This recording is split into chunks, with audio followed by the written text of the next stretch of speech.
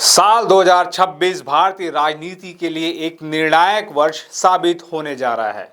दक्षिण से लेकर पूर्वोत्तर तक 4 राज्यों और एक केंद्र शासित प्रदेश में विधानसभा चुनाव की बिसात बिछ चुकी है। लेकिन इस चुनावी युद्ध में कांग्रेस ने जो दांव चला है, उसने दिल्ली से लेकर रायपुर तक सियासी हलचल तेज कर दी है। कांग्रेस ने रक्षात्मक मुद्रा छोड़कर अब सीधे फुल अटैक मोड में आने का संकेत दे दिया है और इस नई रणनीति के केंद्र में है छत्तीसगढ़ के पूर्व मुख्यमंत्री भूपेश बघेल और राजस्थान के कद्दावर नेता सचिन पायलट। नमस्कार, मैं हूं चंद्रशेखर और आप देख रहे हैं नवप्रदेश टीवी।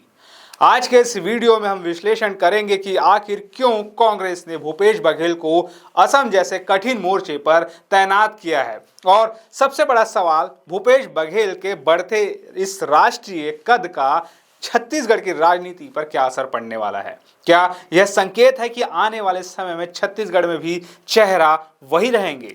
सबसे पहले खबर पर नजर डालते हैं। कांग्रेस नेतृत्व ने मिशन 2026 के लिए अपने ट्रबल शूटर्स को मैदान में उतार दिया है। पश्चिम बंगाल, तमिलनाडु, केरल, असम और पुडुचेरी में चुनाव होने हैं। इनमें सबसे चौंकाने वाला और महत्वपूर्ण फैसला है भूपेश बघेल को असम में विधानसभा चुनाव के लिए वरिष्ठ पर्यवेक्षक बनाना।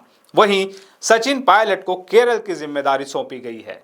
इसे सामान्य नियुक्ति समझना भूल होगी। भूपेश बघेल को असम भेजना कांग्रेस का एक सोचा समझा कैलकुलेटेड रिस्क और भरोसा है। याद कीजिए, भूपेश बघेल वही नेता है जिन्होंने छत्तीसगढ़ में भाजपा के 15 साल पुराने मजबूत किले को ढहाकर सत्ता हासिल की थी।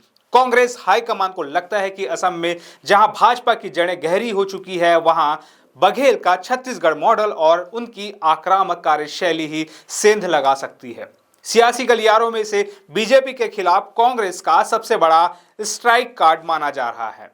जिम्मेदारी मिलते ही भूपेश बघेल के तेवर भी स्पष्ट हो गए। उन्होंने सोशल मीडिया पर लिखा, असम में मिली इस जिम्मेदारी और भरोसे के लिए शीर्ष नेतृत्व का आभार। लड़ेंगे, जीतेंगे। यह केवल एक पोस्ट नहीं बल्कि एक चुनावी युद्ध घोष है। दूसरी तरफ सचिन पायलट को केरल का पर्यवेक्षक बनाना यह दर्शाता है कि पार्टी अब केवल नारों पर नहीं बल्कि माइक्रो मैनेजमेंट पर फोकस कर रही है। पायलट को एक एक्टिव फील्ड कमांडर माना जाता है जो युवाओं में जोश भरने और संगठन को दौड़ाने का हुनर रखते हैं। यानी केरल में लड़ाई मशीनरी बनाम मैनेजमेंट की होगी। लेकिन इस पूरे घटनाक्रम का एक दूसरा पहलू भी है जो सीधे छत्तीसगढ़ से जुड़ा है। बताएंगे एक छोटे से ब्रेक के बाद। टीकाकरण है सबसे जरूरी काम।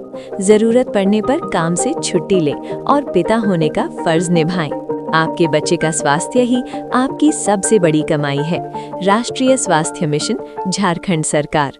क्या छत्तीसगढ़ अब कांग्रेस की राष्ट्रीय राजनीति का कंट्रोल रूम बनता जा रहा है? भूपेश बघेल को राष्ट्रीय स्तर पर इतनी बड़ी जिम्मेदारी देना उनके बढ़ते सियासी कद की तस्दीक करता है। सवाल यह उठता है कि अगर बघेल असम में कांग्रेस को मजबूती देते हैं या करिश्मा दिखाते हैं तो छत्तीसगढ़ में उनकी स्थिति कितनी मजबूत होगी। विश्लेषकों का मानना है कि हाईकमान का यह भरोसा संकेत दे रहा है कि छत्तीसगढ़ में लीडरशिप को लेकर संशय के बादल छट रहे हैं।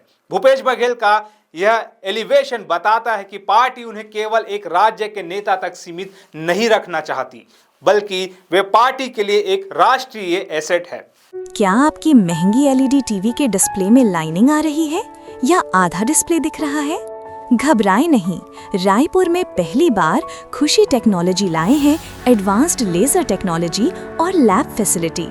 चाहे एलईडी, ओएलईडी, प्लाज्मा हो या डिजिटल स्टैंडी, हम सर्विस सेंटर से कम कीमत पर सब रिपेयर करते हैं। 32 से 65 इंच तक ओरिजिनल डिस्प्ले भी उपलब्ध हैं। तो अपनी टीवी को दें नई जान। आज ही आए खुशी टेक्नोलॉजी, झंडा चौक, आरा मिल गली, शिव मंदिर के पास, बढ़ाई पारा, रायपुर, छत्तीसगढ़। या कॉल करें 9981050458। जानकारों के अनुसार इसका सीधा असर छत्तीसगढ़ के आगामी समीकरणों पर पड़ेगा। क्या यह मान लिया जाए कि भविष्य में जब भी छत्तीसगढ़ में नेतृत्व की बात आएगी तो पहली पसंद भूपेश बघेल ही होंगे। जिस तरह से उन्हें फ्री हैंड देकर असम भेजा गया है वह बताता है कि पार्टी के भीतर उनकी स्वीकार्यता और पकड़ दोनों मजबूत है। यह दांव न केवल असम के लिए है बल्कि यह संदेश छत्तीसगढ़ के कार्यकर्ताओं और विरोधियों दोनों के लिए है कि काका अभी भी पिच पर फ्रंट फुट पर खेल रहे हैं।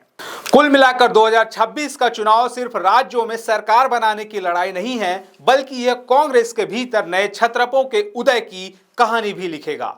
एक तरफ बघेल का अनुभव और आक्रामकता है तो दूसरी तरफ पायलट का मैनेजमेंट। परिणाम चाहे जो हो लेकिन इतना तय है, कांग्रेस ने बता दिया है कि यह लड़ाई अब आर पार की है। आप इस बारे में क्या सोचते हैं? क्या भूपेश बघेल असम में छत्तीसगढ़ वाला जादू दोहरा पाएंगे? अपनी राय कमेंट बॉक्स में जरूर लिखें।